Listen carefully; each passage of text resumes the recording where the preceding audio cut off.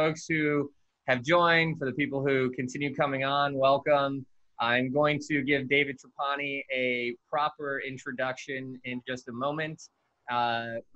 First, I just want to introduce you guys, and I was just doing that. So for those of you who joined early, I apologize. But we have the team, we have some customers, we have some friends, we have some founders and entrepreneurs, a few people at different points in their sales career. The format here is going to be about 20-30 minutes of conversation with David. We'll learn a little bit about him, his background, his story, those types of things, and then we'll switch to open questions and answers.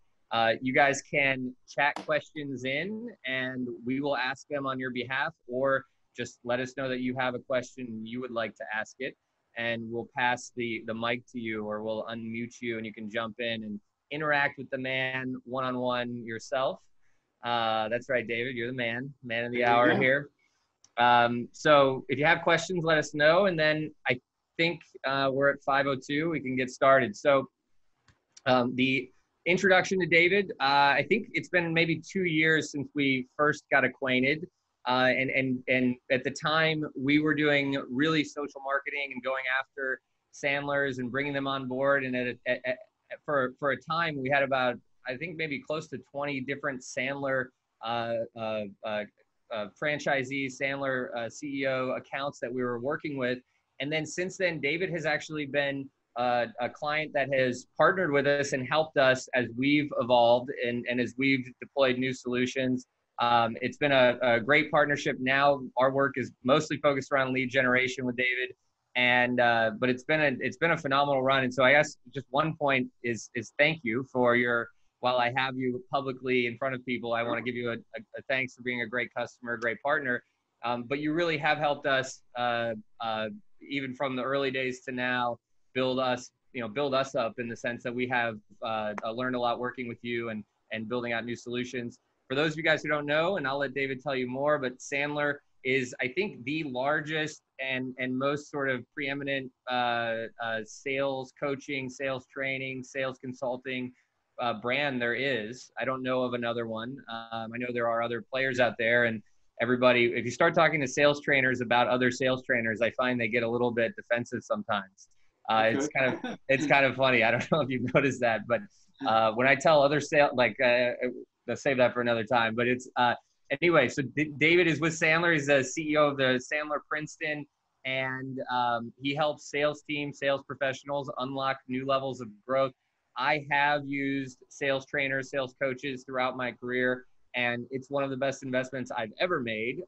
You think you know everything about sales, and then you find out that it's like completely different. It's psychology. It's asking the right questions. There's so much that goes into it that's qualitative, and sales coaching is just a phenomenal way to start to break down, understand what really drives behavior, what really drives interest, what drives deals, and how to move things forward. So that's my intro to David, and I want to actually let you do a better job than I just did. So David, hello, welcome. If you wouldn't mind telling us a little bit about yourself, who you are, what you do, and then we'll take it from there. But thank you for joining us, and tell us about yourself.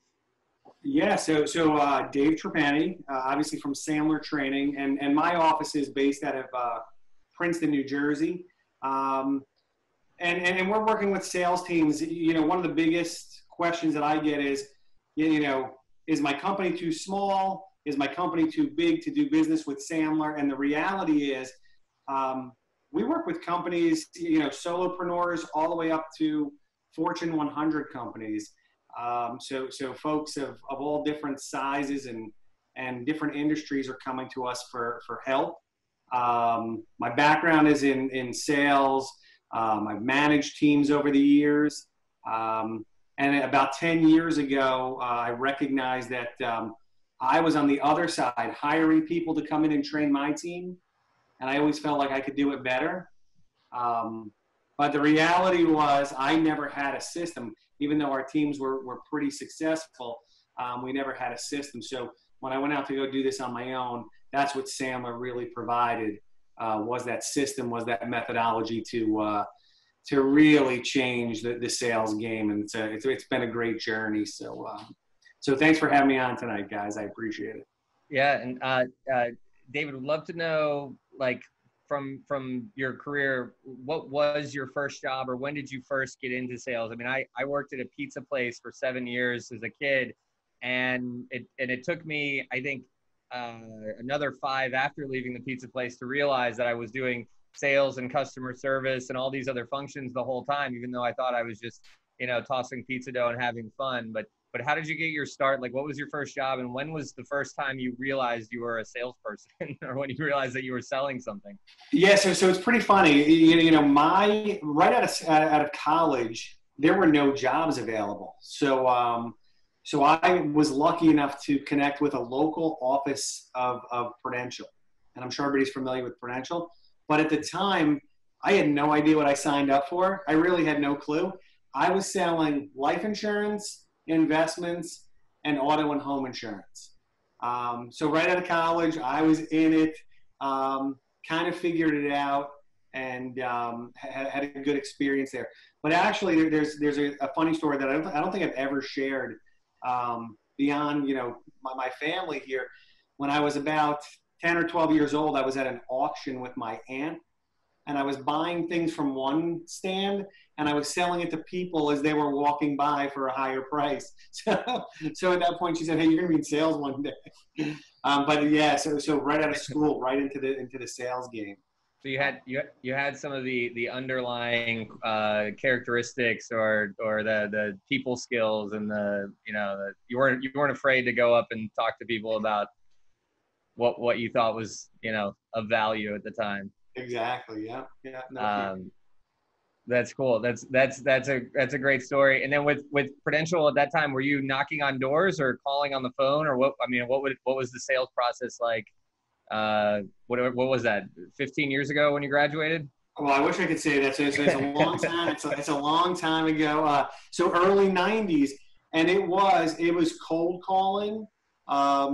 It was maybe you paid for some advertising, but at the end of the day, it was cold calling, asking for some introductions. So I tell people, I was lucky enough after a couple of years at Prudential to move on to another firm in the retirement space. But that job at a Prudential was the hardest sales job I ever had. And I don't know if anybody on this call has ever sold life insurance, but I deal with some folks today that sell investments and life insurance. That is one of the, in my opinion, there's some tough sales out there. That's one of the toughest. I imagine that that everyone on this call has been sold or attempted to been sold life insurance at one point. So I'm sure they've at least had the interaction or the intersection with it. So if you were to go back to then, with everything that you know now, plus the technologies, the things that have come to light, do you think you would have been a better, more effective salesperson today if you were, or like what I guess what has changed, or do you think you would have an easier time jumping in today as a salesperson, or is it still the same? Is it still the same challenges, or is it, how has it changed? Is it just as hard, or has it gotten easier? Yeah, I think what hasn't changed is people are, or maybe it's even gotten harder. People are more educated today. People have issues. You guys are probably a great have a great understanding of this. People need your service. It's just they struggle to pull the trigger. And I think that's one of the things that wouldn't be different if I went back in time. But I think there's a couple of things that I would absolutely do differently. If I go back to my early days, it was, I'll call it, I was working on one leg of the TP. It was cold calling. That's all we did. We did cold calling. We didn't have extensive marketing plans. So that is absolutely a shift that I wish I knew that back then, what I know now, because having multiple legs of the TP or of the stool to go out and market to folks, that would be one shift.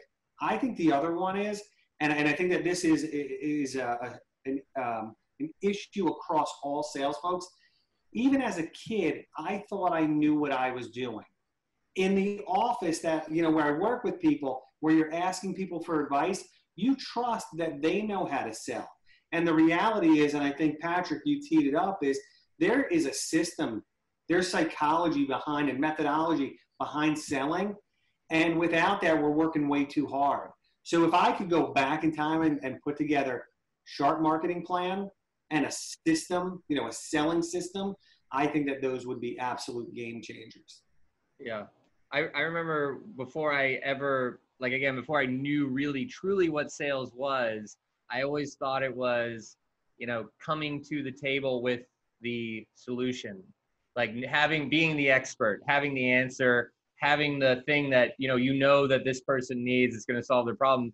And I think what I've learned is sometimes you need to get away from the solution and understand the problem first, or understand the client, the prospect, and and until you've done that, then you don't know. I mean, you could be buying.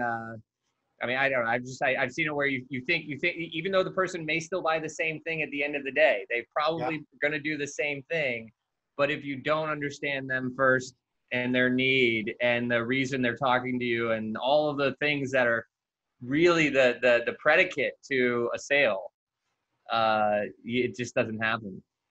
Absolutely. You know, it's an interesting, I could go on a 20-minute discussion about this. There's a financial advisor that I work with, and one of the messages as we trained him, he goes, Dave, I could tee up a prospect in 5 minutes. I know exactly what they need in those first 5 minutes. And I said, well, there's your first mistake, because until they arrive at the conclusion, it doesn't matter what you know.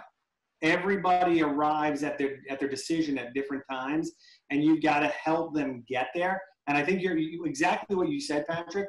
The result, the sale might be exactly what you thought of at the 5-minute mark, but until they determine that they need it, it doesn't matter what you put out there. It's got to be their solution.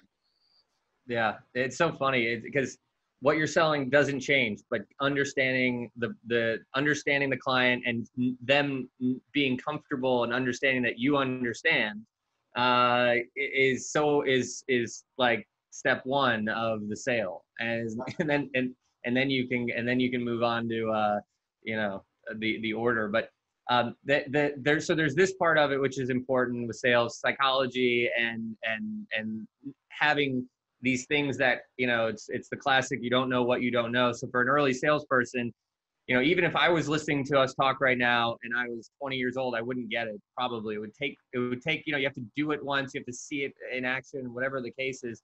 But that side of it, it's a little bit hard to grasp, I think, or it's not an easy concept until you've been through it a little bit or had some really good teachers, good coaches. But the other side of it, the quantitative side, which I know that these two are empirically connected, if I'm using that word correctly, but that they're totally connected. But if somebody's trying to get their numbers up, and everyone is, right, and everybody wants more sales, increased sales, where do you start when that's what you're tasked with? When they say, David, we need to grow, we need more numbers, we need more leads, we need more conversions on our leads, people are trying to get their numbers up, like what do you do in that situation? Where do you start? Yeah, and that's, what you just brought up is probably one of the biggest challenges, if not the biggest challenge in sales. And my belief is you actually have to run two parallel paths. There's got to be a path, especially early. If somebody wants to develop their pipeline, get more opportunities, we have to put path one in action, which is understanding the sales methodology, understanding what's happening to us as salespeople, what's happening in the buyer's mind, looking at systems or methodologies, put them in place.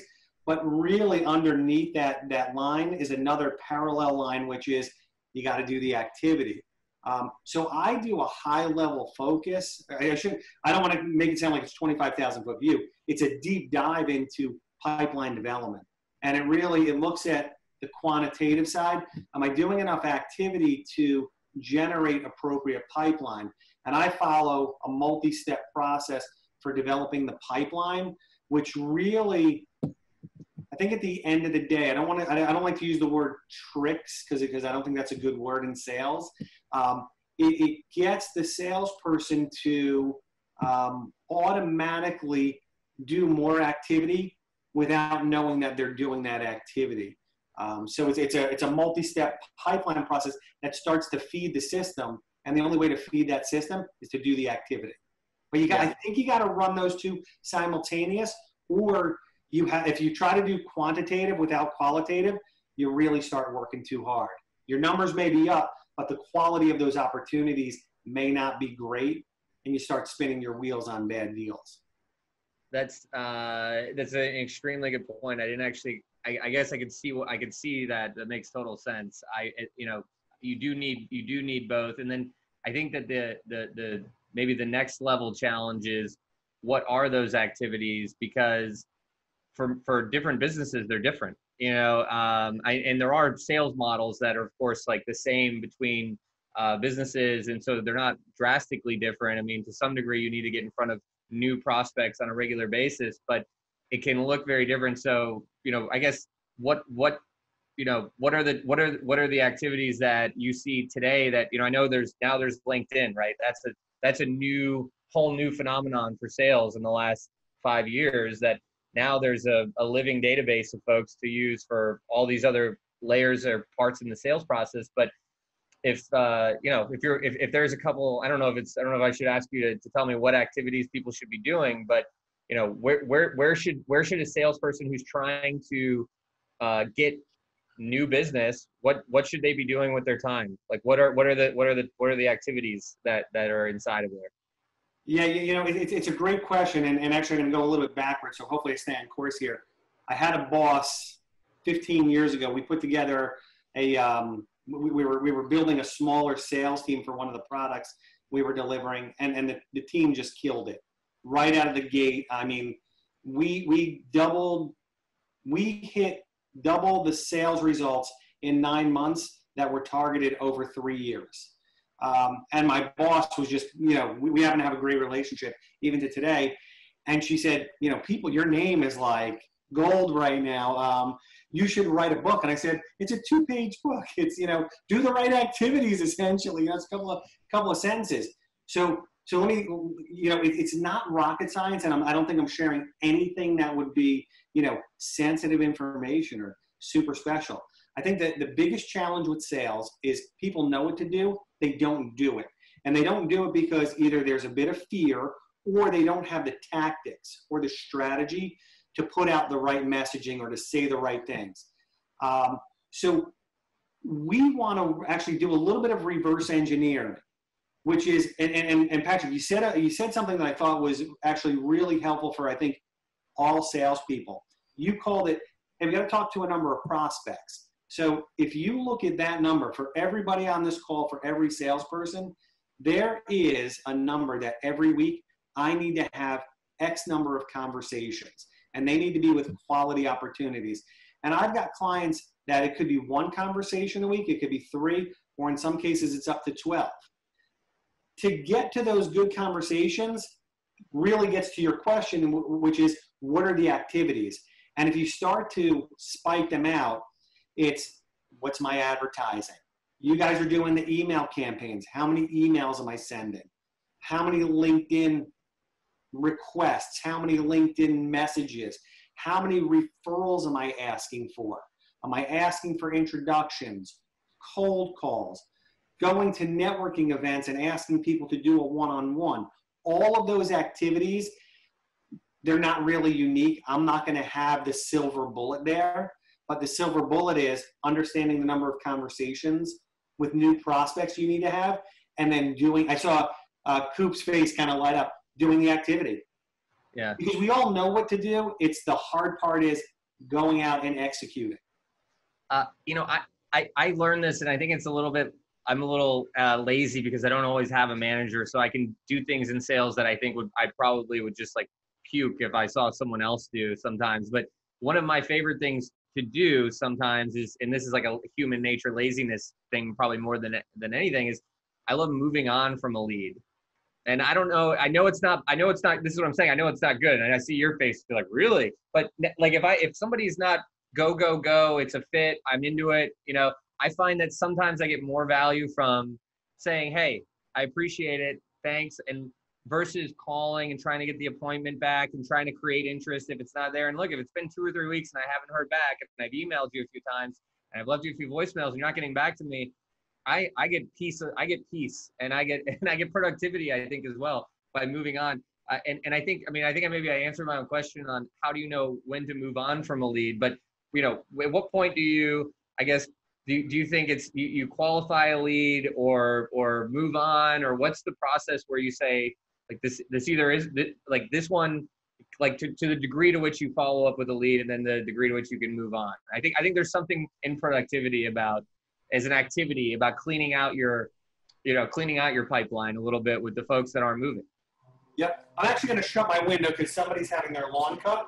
Okay. So I don't know if you guys are picking that up. No, I didn't pick up on it. That's good. So actually one of the bigger struggles that people have, and it's an exercise that we do in pipeline management, is they hang on to stuff too long. And when we don't have a system that tells us red, yellow, green, green is go, yellow is caution, red is disqualify. We need to actually have a multi-step process that tells us, because there's leading indicators in each one of those conversations or lack of a conversation that tells us where to go. And I think that salespeople fail in a couple of different areas. They don't have a process. They hang on too long. And you guys are awesome. Here's I work with Chloe, and Chloe and I had a call earlier today. We have that multi-step process that's going on. So we know when to disqualify. There are some sales folks that if they left one message, hey, I left Coop a message. He hasn't called me back. Done. Well, that's not a process. That might be more wimping out. But because salespeople really haven't spent the time to develop those processes and those steps on what it takes, they're really not sure what the next move is. And by laying it out and saying, hey, week 1, I do this. Week 2, I do this. Week 3, I do this. And maybe having some characteristics of what a good lead actually looks like, you can start to do a really good job of disqualifying. I will share one thing, Patrick. I'm going to continue on with my answer. But at Sandler, I don't know if anybody is too familiar with Sandler on this call. That was one of the big things that David Sandler came up with back in the late 60s was people hang on too long. So when we start to teach salespeople that they have a right to disqualify a lead, sometimes they get too excited and disqualify too quickly, because they feel that like they're in power now. So you really have to have those multiple step processes to guide you. Okay, this one's going south and this one looks like a great opportunity. I'll hit the gas pedal here. I'll hit the brake pedal here. Yep. It's interesting. I'm a lover. I think there's a love-hate with process, and at least, maybe it's more hate than love. I don't know. I'm not sure how the pendulum swings there, but I love process because it makes I think it makes everyone's jobs easier. You don't have to, you have less stress. You know what to do. It's the next step in the process. It's this, that, and it gives you something. And then the other thing, particularly for early stage companies, is process lets you know what's working and what's not working. And I think, if you do the same thing 20 times and it doesn't yield anything, well, your process may need to change, or the direction to which you point that process. And there is a process. A great process is a phenomenal gift, I think, for any role where you know what to do and it's tried and true and it works. Yeah. I love the way you teed that up, because I look at you guys as very process oriented. So when you said, hey, I hate it more than I love it, that's actually a little bit surprising. But, I'll look at so I see you guys as maybe it's just more than me. I am not process oriented. So it took me time to develop that skill set.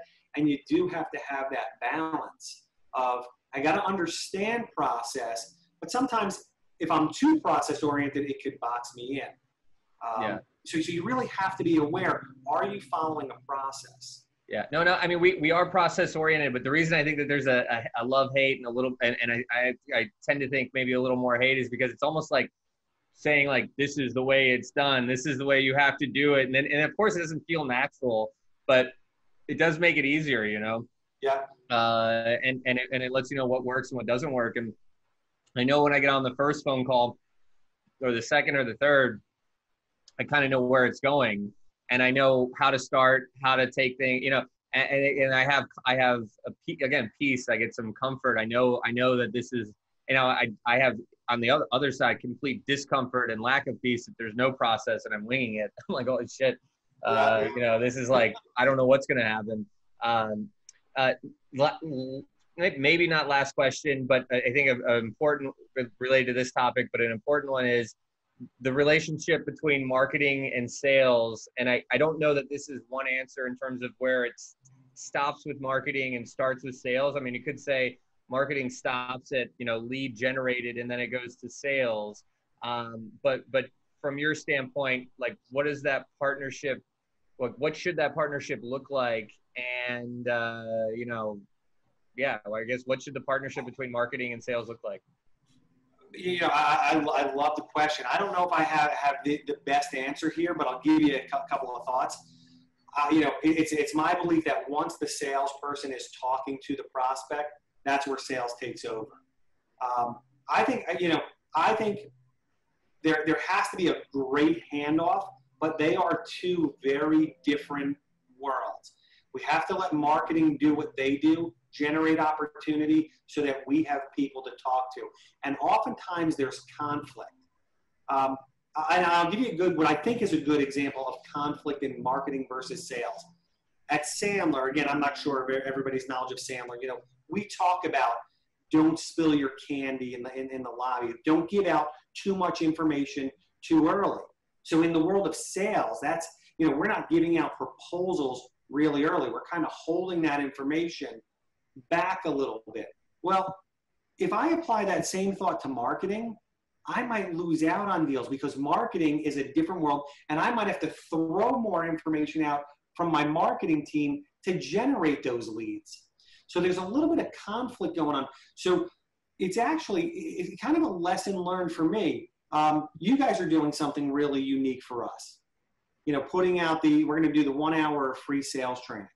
As a Sandler trained salesperson, that does not fit in the book. I mean, I can break out one of my books. That does not fit in the Sandler rule book. I can tell you that. But you know where it fits? In the marketing book. It absolutely fits in the marketing book. So we've got to make sure that that those worlds, while we need them to be interconnected because that handoff has to be smooth, let's not confuse what we're trying to do in marketing, trying to create people to talk to. That's our number one job. Get people excited and let the salesperson go out and qualify the heck out. Yeah. I think that there's this new maybe like, and maybe, I don't know if it's 15 years old, 10 years old, or emerging, or the right way to categorize it. But there's a role, and I'm a big believer in this as well. And it's where I'll call it sales enablement, and then customer marketing, and some of these things that start to move beyond the, like, I don't want to call it like ivory tower marketing where it's like done from up top and then the salespeople pick up and run with it, but that it's actually trying to make the salesperson's job easier or make the customer have a smoother onboarding experience, or taking successful customers and turning them into marketing case studies, and taking the sales process that we talked about and giving you the nice collateral or the nice copy or the nice, whatever it is, the nice next step, the thing that's gonna, maybe it's an offer, whatever the case is, the things that enable sales to move a little bit smoother.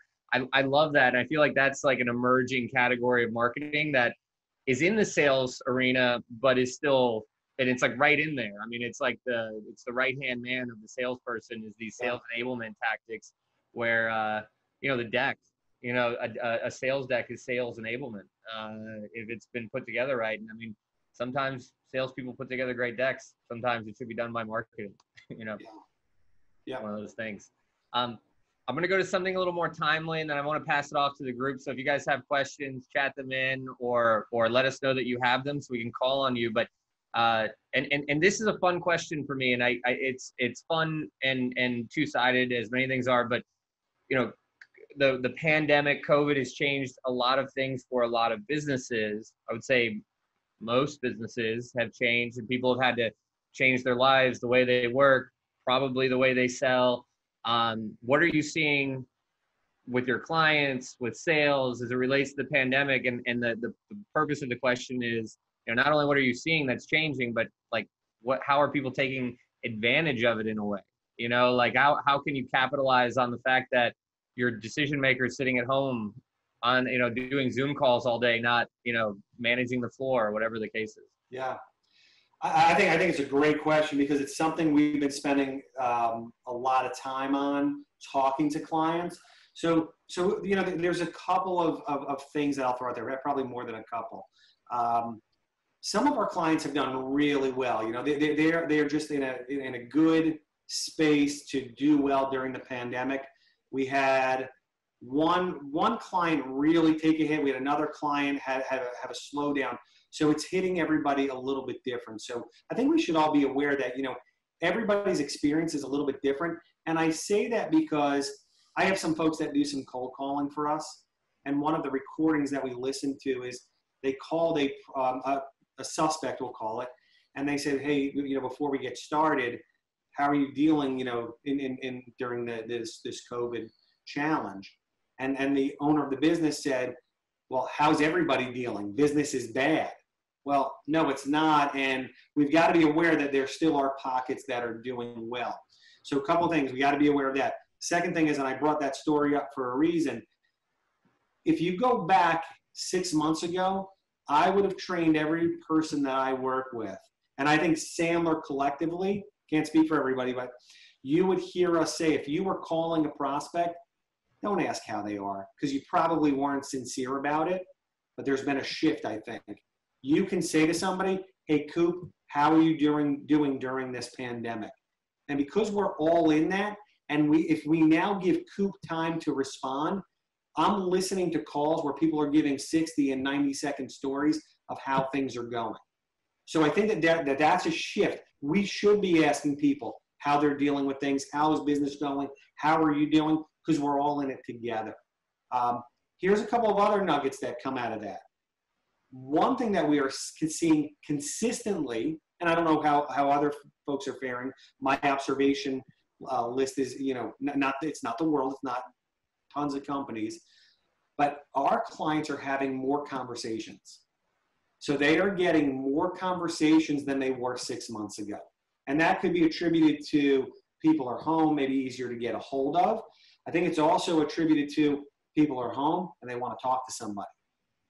So we're seeing that. Now, two changes that we are seeing. There is a little bit of, so we're getting more conversations. So again, if you're in that camp of getting more conversations, we have something at Sandler, we call it the upfront contract.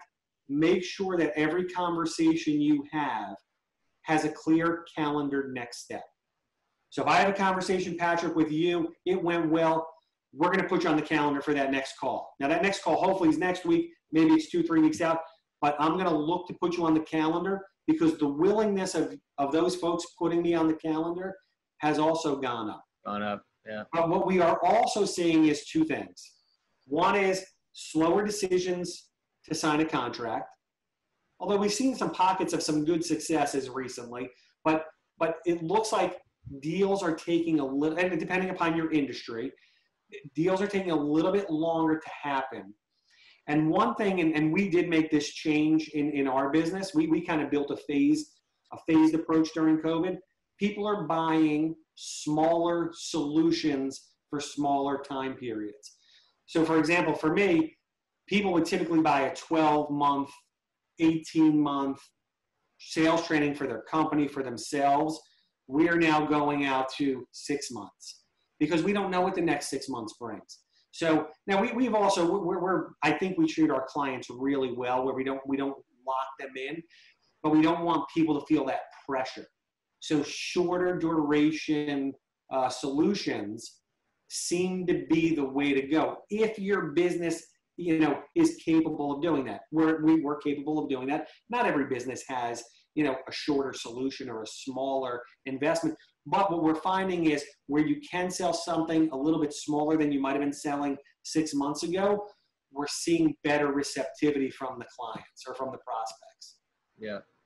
It's one thing that people need now more than ever is sales, right? There's the uncertainty and all these other things. So everyone's looking if there's one area that people are continuing to spend, it's sales and marketing, as far as I can see. I mean, I've noticed that. And then the other thing, I saw this come through LinkedIn as an article that was shared by like Harvard Business Review, and I only read the post, but it was how to change. It was like some article about changing your sales approach during the pandemic, and when the guy said his favorite tip, so I can't I have to tell her, but I didn't read the article and I don't know what, but he said you have to act like you're selling to the CFO. And I think that's important too. I think the shorter duration, I've been giving folks outs, 60-day outs, 90-day outs on contracts, things, because you got to build more trust and comfort, particularly because they have more uncertainty. But then that idea of, even if you're talking to the head of marketing, even if you're talking to the head of sales, or you're talking to whoever it is, the CEO, decisions aren't going to get done unless there's a clear ROI, and then the numbers match out, because these are people cutting costs, so. But yeah, you make good points, and I think those are all very, very helpful, particularly around people. I think we are all going through this together, and taking just a minute to hear how someone else is doing, because it is impacting everybody differently. Yeah. That's a great way to establish an emotional connection, and that's a great way to. You don't always get that. In some ways, it's yeah. Nice. Yeah, we did a culture workshop yesterday. We've got a company that we're very friendly with. They sell solutions for employee culture, and right now we're doing 3 topics with them. It's managing your remote workforce, and we actually brought that up on the call to the CEO of that company, and he said, absolutely. In this time, if you think about the world of selling, people buy from people who they like and trust.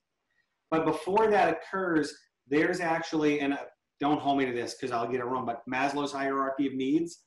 People have a need to be heard, understood. You guys probably understand it better than I do.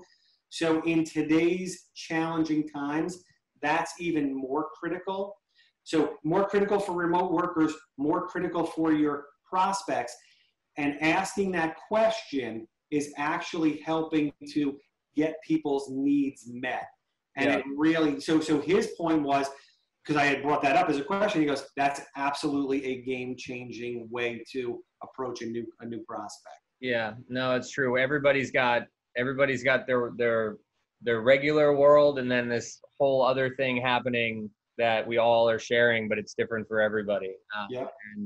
And I think you're right. I mean, I think starting tomorrow, I actually always start a call asking someone, how are you? And everyone always says, sometimes they give me the usual, oh, I'm good, thanks. And I say, okay, well, maybe I can go a little deeper there and open up more, because if you can start a conversation with getting the person talking and getting them, I'm gonna be pushing more on that one for sure. I'll give you guys the words. The words are pretty simple, because we have a company that's doing I love it.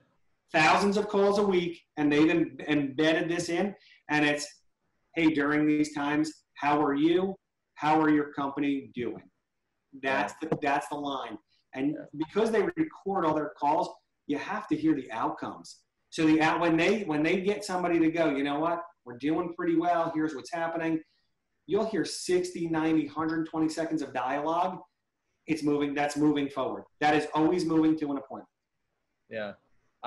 This last one I have to contribute for the people that are on, plus whoever hears this recording and as it goes on in eternity. But the other thing that I have seen, I've had to help a lot of sales teams with, is picking winning markets. I mean, if you're selling to assisted living 3 months ago, forget about it. You don't want to reach out to them and try to help them implement a new IT system or whatever, I mean, people that are in the crisis, that are in the middle of, that are neutral, meaning they're not dead, or dying, but they're not moving forward. I mean, you've got to acknowledge the markets that you're serving and go towards the ones that you're going to have that are spending, that are going to be having more forward motion in their business. And there are markets that businesses that are struggling for one reason or another. So if you're a restaurant, don't try to get people to come in and book a reservation, push them to takeout or delivery. So I've taken up a bunch of the time here. Coop, do we have questions? We absolutely do. We got a handful on deck here. And first, I just want to start off in saying, David, thanks for just always being a champion and joining this fireside chat. And going back to something that you and Patrick were talking about maybe 20 or so minutes ago, one of the best lessons I got or received maybe 10 years ago when I started to dip my toes in the world of sales was you just got to surrender to the process, because it's just part of it. And you can't really trust people to do the right things and do those activities, but you've got to surrender and follow that process and that implemented system and see the outcome. And then you'll be really excited.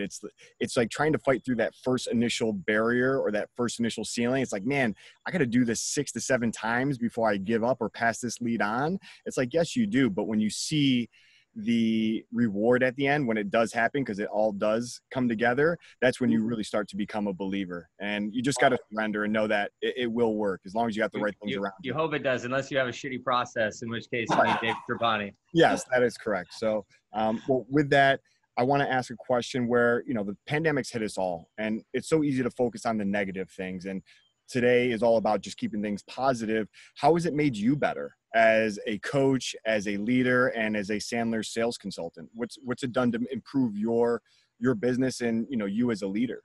Well, I love the question, Coop, and I haven't been asked that, but there's a couple of things that come to mind. I think, one of the first things that I did earlier, Sandler was offered, we have a partner that does assessments, behavioral assessments, and they created one for dealing in times of stress. It was created very quickly.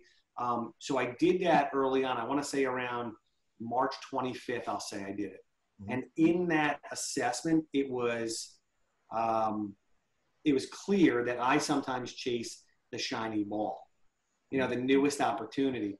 And it was when I got that report, I saw that, it was, right now, we cannot chase shiny balls. We have to stay in the system. And I am that, if anybody knows DISC, I'm a high D or, high D with some I, so I could be all over the place. But it was a real eye-opener that we have to be very focused on just a few things that will drive results. The other thing that we really went back to was, we gave back a lot, and we've been giving back a lot to folks. So make sure we were giving back. Sandler did an amazing job there, continues to do that. But we really peeled back 2 things with our clients. One was, it became evident that it's more important today to follow the processes, the tactics, methodologies that we're teaching than ever before. What you were getting away with in January and December and still winning some deals is not going to fly. It just will not fly, because people are worried about their ROI. They're more selective about what they're going to do. So if you weren't asking great questions or setting great upfront contracts in January, you will lose business because of that. So we got really diligent, and we've been very diligent about making sure people are following what we teach. The second thing is understanding your sales process. And Patrick brought it up earlier, that idea of what's a good opportunity versus what isn't. We've been spending hours with prospects in making sure they have good templates to identify what's good and what's not good. Where should I hit the gas? Where should I hit the brakes? Because again, what you got away with 6 months ago is not going to fly any longer. There's not enough opportunity. And when you create that opportunity today, you want to make sure you're working on the right things in your pipeline. Absolutely. I love it. Great question. Yeah. I got a couple more here. Do you have a favorite industry that you like to work with, and why is that? What is your bread and butter, and what industry specifically maybe that you just really get geeky about, that you're just like, man, this is like a layup for me. I'm just so excited because, and maybe the other question there is like, what's the hardest industry for you to serve and to coach? Yeah. So I think my favorite industry is financial services, because that's my background. I can talk the talk. I think second in there is IT sales. The IT folks, we tend to do really well with them because they often listen to us and do what we're teaching them. What was the second part of the question? What Bad would ones. industry that maybe you don't get super excited Oh, yeah. and, you know, have these beautiful, you know, exciting moments with? What do you not want to maybe focus on or have a tough time getting? I can't think of an industry that, you know, that we don't do well. There's a particular individual that we don't do well with. The one that knows how to do it before they even sat down with us. The person that says to me, here's what I need, that might be struggling. Well, how can you know what you need if you're struggling? You know, we need to have a little bit more exploration. You got to trust us a little bit. But from an industry standpoint, boy, sometimes it's financial advisors and IT people who know everything that they do now. Mm-hmm. So I don't know if there's an industry that, you know, where we don't do well is typically in residential real estate. How do you feel about startups? Like early stage. I'm talking like 5 guys or less and new products. Yeah, those folks are typically open-minded, early stage, less head trash about what they need to do. They really value what it is we bring to the table, and we tend to do very well with those folks. Cool. I've had, from a marketing standpoint, I've seen a number of different things, but it's always the easier when folks have product market fit, and they know this product's for this market, and we know because we've got 5 or 10 customers in it, and then you can move forward with with things. But I've seen the opposite from a marketing standpoint, where they don't have that, and it's like, oh, you gotta like do the creative, the hard foundational work, as well as the execution of the day-to-day stuff. Yeah. Coop, what else we got? So everyone in this day and age, you see it advertised on Facebook, LinkedIn, Instagram, and just in their own network of folks, that everyone's like a sales guru. But what is it about you and Sandler training that sets you apart from the rest of the competition out there? Yeah, one of the things is everybody is a sales guru. It's interesting. If you needed legal advice, you'd go to a lawyer. If you needed accounting advice, you go to an accountant. But if you need sales advice, just ask anybody. So that's always an interesting thing. What makes Sandler different is, we're not winging it. I go back to when I thought about starting this business with Sandler. I had an opportunity to do it on my own or to do it with Sandler. If I did it on my own, it would have been completely made up, untested, unproven. Sandler has been around for 50 plus years, proven methodologies. It's been studied. I think one of the coolest things that's happened of late with Sandler is we have a pretty, I won't say it's large or extensive, but we have pretty good inclusion in colleges and universities. I think where our curriculum is included in about 40 different colleges and universities, and Harvard actually uses our curriculum in their entrepreneurial program. So that credibility, we know what we're teaching is actually working, as opposed to, we're just doing some guesswork. And then, Coop, I'll just add one more thought. It really comes down to the curriculum. So I like to say, hey, I'm a really good trainer. I'm great at coaching people. I help people get to that next level. But that curriculum, even if I was terrible, and we've got volumes of curriculum, even if I was terrible, that curriculum, if I just walk people through it, they're going to be a better salesperson. No question. Excellent. Now this one's coming from me personally, and there's ones out there that, we'll sprinkle in here close to the end. And this is one of my favorite questions to ask. Knowing what you know now, throughout all of your experiences, the trials and tribulations, the successes and failures of this roller coaster ride, if you could go back 20 or 30 years ago when you first took that leap of faith in working with Sandler or going into the sales profession, what type of wisdom would you give yourself? What type of forward thinking would you kind of enable for yourself to have that competitive advantage? Yeah, I'll go back to what Patrick said. I'll actually steal this from him, is being much more process oriented. I would fight process. I remember being asked, can you give me the deck that you're going to use in that sales presentation. And I remember going, I don't need to prepare. I got this. And that, fighting that battle over the years and really coming to a spot where that prep work is game changing. Just a quick little story. I was on a call this week with a sales guy. He was doing a call to try to close a deal. There was a little bit of a challenge. We role played what was going to be a 90-second phone call into this opportunity. That's all it was. They had to overcome one hurdle. It was going to be a 1, 2, 3 minute phone call. We spent 20 minutes role playing it. He goes, I'm calling the prospect right now. Call me back. Got the deal. 20 minutes of preparation. He won the business. I would have not done that 20 years ago. There's process. Mm-hmm. There's process. Yeah.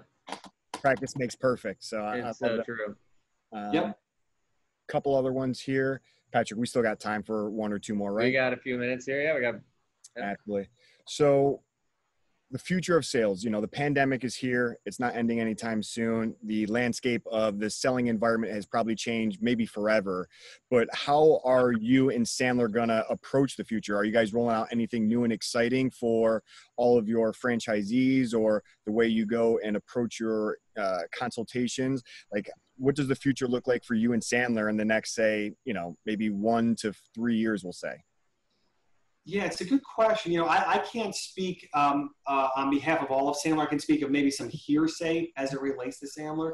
I think one of the core differences of Sandler is, we've got training centers. So we've got brick and mortar across the world, essentially. So that's obviously taken a hit. But I know that there's a focus on making sure we don't lose that. So I think there's a couple of things. One is we at Dave Trapani, I think we've done a nice job with our clients. We're pretty intimate. We get to know them. They stay with us for a long time. I think that that's got to be paramount. We've got to have better conversations with our clients, probably more frequent. Even though we're doing training in some cases on a weekly basis, we've got to make sure that we don't lose that real touch with our clients, as we may not be on site as much as we were in the past. I think my belief is embracing this technology, Zoom or whatever technology, and making it as effective as possible. I think the results are still going to be strong using these technologies.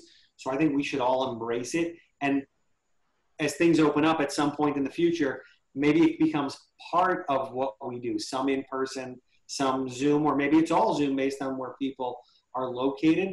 And I think the other thing, Coop, is, and Sandler, in my opinion, I didn't develop it, Sandler Home Office developed it, was super quick at adapting to the pandemic. So within 2 weeks of things shutting down, we had 8 presentations on how to deal with the pandemic.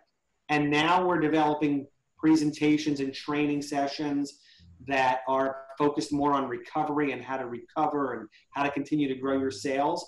So the core curriculum will not change, because that's the methodology, that's the process. But being quick to say what's going to happen in the next 2 to 6 months and having tools to support that, I think is critical. And I think Sandler's done a really nice job there. And that doesn't have to be extensive. That has to be enough to give people new ideas, reinforce some best practices, and also what is working and what's not working. Sandler does a lot of studies. We just put out, I forget what it was, but 7 lessons from the pandemic. So being responsive to what you're learning and then putting out programs or supporting programs to keep those messages going. Sounds like you got to always be willing to adapt to the environment that you're presented with. There's no excuses, and life has to go on. Business has to continue forward. Sales need to occur. People need to live and survive and flourish. And these are all things that we've got to surrender to again. It's something that we have to manage and lead forward. What's interesting, guys, as you asked that question, there's a couple of mindsets. There's the mindset of embracing this electronic world, and there's this mindset of, boy, if I'm not in the field, I'm not going to be able to win business. Mm-hmm. Now, I can't tell you what industries have to be in the field to win business, because I'm sure there are some, but I'm seeing that as a little bit of, I'll call it head trash, but a little bit of a crutch. People that are going, I can't sell because it's all remote. Mm-hmm. That, unless your industry truly, and I don't know what industry truly has to be in person. It's just lack of knowledge. But if you don't embrace that, you are going to struggle for the next X number of months. Mm-hmm. So we got to be able to embrace wherever we are today. I was having breakfast with Coop and a friend of ours who's a very sharp business guy like 2 years ago. And I can't remember the topic, but he kept going for why something was not possible or why it wasn't going to work. And I just stopped and I said, this is a solutions table, not a problem table. and the reality of it is as you were talking, I was speaking of car dealerships. We have two companies, both software technologies, that help car dealers sell more cars, and they're doing all right. They're doing fine. I mean, we're driving up leads. The car dealerships still want to grow, but I have to imagine that they're handling their leads a hell of a lot differently. If somebody inquires now about a car, you got to do a lot more over the phone, probably a lot more, video, a lot more when they come on. You get less face time when they come to the lot, and people are still buying cars, no question. Maybe not the same volume, but that's one that it used to be, come on down, we'll get to know you, sit down, have coffee, let's do, but you have to adapt. And if you keep seeing the problem, you'll never find the solution. Great point. Yep. Coop, do we have any more questions? We don't, and I think that's actually a great place to end here, unless you think otherwise. Well, my last question would be then, David, if people want to get in touch with you, how do they? And just thank you, but how should folks get a hold of you if they'd like to get a hold of you? Yeah, so the best way is my email is dtrapani@sandler.com, dtrapani@sandler.com. And if you know Coop and Patrick and you do want to get in touch, you can always reach out to them and they'll forward your info to me. If anybody does have any questions, I think one of the things we're very consistent with is we're not going to twist your arm. Just because you want to pick up the phone and have a conversation doesn't mean you're becoming a client. It just means you heard something here, you have a further question, you want to explore something. So don't be afraid to pick up the phone and reach out or send an email. Yeah. Cool. David, thank you so much for the time and the conversation. I think we really drilled into a lot of stuff here. I mean, if there's one thing that we've done that will help everyone sell more during the pandemic, this is probably it. This has been phenomenal. We've touched on a lot of key things. I appreciate it. It's helped me. I'm sure it's helped other folks as well. So thanks for the time. Really appreciate it. Thank you. And thanks for inviting me in. Pleasure. Appreciate it. Fireside chat over. Till next time. All right, have a great night, everyone. Thanks. Thanks, David. Everybody. Bye-bye.